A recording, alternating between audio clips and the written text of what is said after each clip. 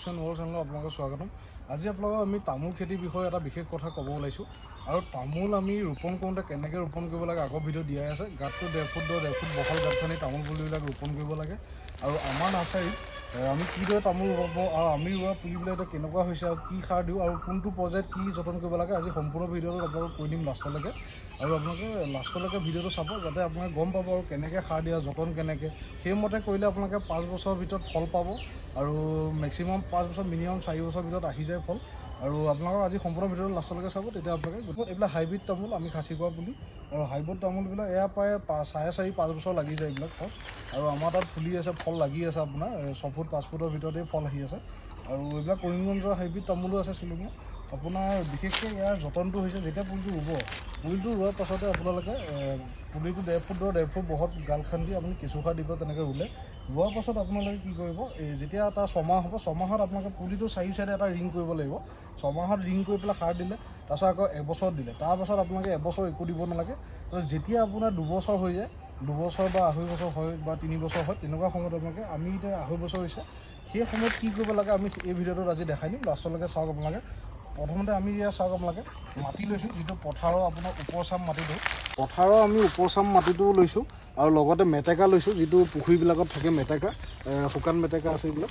লগতে কেঁচুসাৰ আছে আমাৰ, কেঁচুসাৰ এইখিনি আমি প্ৰয়োগ কৰোঁ। আৰু কিদৰে আমি প্ৰয়োগ কৰোঁ আপোনালোকে চাব। কেঁচুসাৰ পথাৰৰ আমি ওপৰচাম যিটো সাৰুৱা মাটিটো, লগতে আপোনাৰ এই মাটি কেনেকৈ দিওঁ আপোনালোকে সম্পূৰ্ণ ভিডিঅ'টো লাষ্টলৈকে চাব। আপোনালোকে এতিয়া প্ৰথম চাই লওক। আহক আপোনালোকে আমি এতিয়া প্ৰথম গোবৰ দিছোঁ। তামোলজোপা গুৰিত আমি ইয়াত গোবৰ সাৰ দি থৈছোঁ, পচন সাৰ। ইয়াত কেঁচু সাৰ, ইয়াত কেঁচু ওলাই আছে এই আপোনাৰ এই কেঁচু গোবৰখিনিত, যিটো আমি জৈৱিক কেঁচু সাৰ বনাওঁ, সেয়া কেঁচুৱে আমাৰ এতিয়া ইয়াত আছে। এয়া আপোনালোকে চাব পাৰে এনেকুৱা ধৰণৰ আমি দিছোঁ। এয়া আপোনাৰ কেঁচুবিলাক ওলাইছে এয়া। আৰু এইবিলাক আপোনাৰ গছৰ গুৰিত দিয়া হয় এইদৰে। গছৰ গুৰিত দিয়া হোৱাৰ পাছতে আমি প্ৰথম গোবৰ দিলোঁ, তাৰপিছত এতিয়া আমি মাটিটো দিম। এইটো পথাৰৰ ওপৰচাম মাটিটো। এই মাটিটো আমি এইদৰে চাৰিও চাইডে দিব লাগিব, ঢাপ বনাই দিব লাগিব চাৰিও চাইডে। এইদৰে আপোনালোকে 2 পাচি 3 পাচি যিমানটো আপোনাৰ জেগাটো যদি দ হয় তেনে 3-4 পাচি খাব। জেগাটো দ হ'লে 3-4 পাচি খাব। আৰু জেগাটো যদি আপোনাৰ ওপৰ হয় তেতিয়াহ'লে আপোনালোকে 1 পাচিমান দিলেও হৈ যায়। আৰু এইদৰে আপোনালোকে দি ল'ব ওপৰচামৰ প্ৰথম গোবৰ দিলে, তাৰপিছত ওপৰচাম মাটিটো দিলে। ওপৰচাম মাটিটো দিয়াৰ পাছত যিমান পাৰে মাটি গুৰি কৰি দিব আপোনালোকে, যাতে চপোৱা লদা থাকিব নালাগে মাটিখিনিত। ইয়াৰ পাছত আপোনালোকে ইয়াত দিয়াৰ পাছত আপোনালোকে ইচ্ছা কৰিলে গোবৰ আকৌ 1 পাচি দিব পাৰিব ইয়াত। আৰু নাইবা আপোনালোকে কেঁচুসাৰ থাকিলে কেঁচুসাৰ দিব। আমি কেঁচুসাৰ বেছি ইউজ কৰোঁ, আমাৰ নিজে বনাওঁ কাৰণে কেঁচুসাৰবিলাক আমি ইয়াত প্ৰয়োগ কৰোঁ। এতিয়া আমি কেঁচুসাৰবিলাক ইয়াত দিম গুৰি। ইয়াত কেঁচুসাৰবিলাক আমি আকৌ এইদৰে ওপৰত দি দিম। চাৰিওফালে আমি আকৌ কেঁচুসাৰখিনি ইয়াত দি দিলোঁ।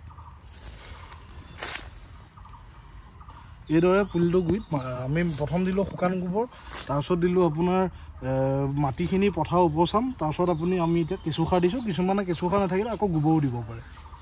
এইদৰে আপোনালোকে চৰিয়া হিচাপেও দিব পাৰে, কেজি হিচাপেও 2-4 কেজি এইদৰে দিব পাৰে গছত। এইদৰে আপোনালোকে দিলে,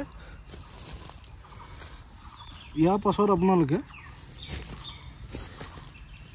এইদৰে দিলে, তাৰপাছত আমি যিটো কৈছিলোঁ মেটেকা, পথাৰৰ ওপৰচাম আপোনালোকে মেটেকাটো ল'ব।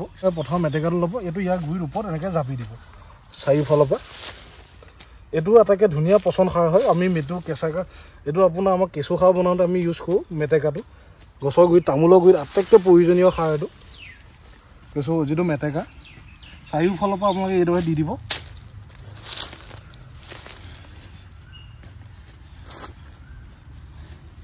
চাৰিও দিশৰ পৰা সমানে এইদৰে দিলে। আৰু বৰ্তমান আপোনালোকে 3 বছৰ বা 2.5 বছৰ 2 বছৰৰ ভিতৰত 2 নম্বৰ প্ৰচেছটো আপোনালোকৰ হৈ গ'ল। প্ৰথম ৰুলে, তাৰপিছত আপোনালোকে সাৰ দিলে।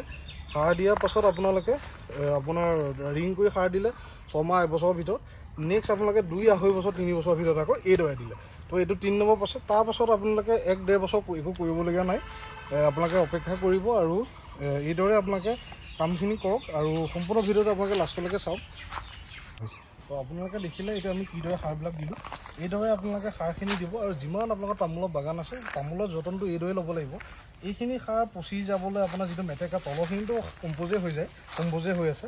আৰু এইখিনি সাৰ পচি যাবলৈ আপোনালোকৰ খুব বেছি আপোনালোকৰ প্ৰায় 3-4 মাহ সময় লাগে এটা। আৰু এই কামখিনি আমি সদায় বহাগ জেঠৰ সময়ত আৰু ফাগুন চ'ত বহাগ জেঠ এই 4 মাহত আমি কোৱা হয় ইংৰাজীত ক'ব গ'লে ফেব্ৰুৱাৰী মাৰ্চ এপ্ৰিল মে এইকেইটা মাহত এইখিনি কাম কৰা হয় আপোনালোকে সেইমতে কৰিব কৰাৰ লগতে আপোনাৰ এইদৰে আপোনালোকে যেতিয়া কৰিব তেতিয়াহ'লে সেইমতে ফল পাব সেইমতে গছত বৃদ্ধি হ'ব আমাৰ দেখিছে আমি ৰিং চিষ্টেমত সাৰ দিওঁতে ৰিং কৰা পুলি ৰিং কৰি সাৰ দিয়া যদি ভিডিঅ'টো লাগে আপোনালোকে আমাক কমেণ্ট কৰিব মেছেজ কৰিব ফোন কৰিব পাৰে যদি আপোনালোকে বিচাৰে উপযুক্ত বুলি আপোনালোকে ভাবে আমাক জনাব তেতিয়া আমি আপোনালোকক উপকাৰ স্বাৰ্থে আমি সেই কামটো কৰিম আৰু সেই ভিডিঅ'টো দিম আপোনালোকে অলৰেডি আমি দিয়াও আছিল তথাপিও আপোনালোকে যদি বিচাৰে আমি এইদিনতে আকৌ আপলোড দিম যদি আপোনালোকে চাব বিচাৰে আমাক কমেণ্ট কৰিব মেছেজ কৰিব আৰু সম্পূৰ্ণ ভিডিঅ' আপোনালোকে লাষ্টলৈকে চাব আমাৰ চেনেলটো লাইক শ্বেয়াৰ ছাবস্ক্ৰাইব কৰিব নাপাহৰিব যাতে আমি এনেকুৱা ধৰণৰ যিবিলাক উপকাৰী বা যিখিনি আপোনালোকে ৰাইজৰ কাৰণে কেতিয়াবাৰ কাৰণে যাতে সুবিধা সহায় হয় প্ৰতিখন ঘৰতে আমাৰ অসমীয়া সমাজত তামোল পানেই মান তো সেইকাৰণে আপোনালোকে আমাৰ মানৱ হিচাপে আপোনালোকে যাতে এই ভিডিঅ'টো আমাৰ চেনেলটো যাতে লাইক শ্বেয়াৰ ছাবস্ক্ৰাইব কৰে যাতে আমি প্ৰতিখন ঘৰতে সেই কথাখিনি জনাব পাৰোঁ যাতে সেইমতে যত্ন কৰি সকলোৱে যাতে ফল পায় আমাৰ দেশখন লগতে আমাৰ জাতিটো সকলো আমাৰ অসমবাসী সকলো যাতে আগবাঢ়ি যাব পাৰে আপোনালোকে সম্পূৰ্ণ ভিডিঅ'টো লাষ্টলৈকে চাব আৰু এইদৰে শ্বেয়াৰ কৰিব লাইক কৰিব ছাবস্ক্ৰাইব কৰিব আমাৰ চেনেলটো আৰু সম্পূৰ্ণ ভিডিঅ'টো আপোনালোকে লাষ্টলৈকে চাব ধন্যবাদ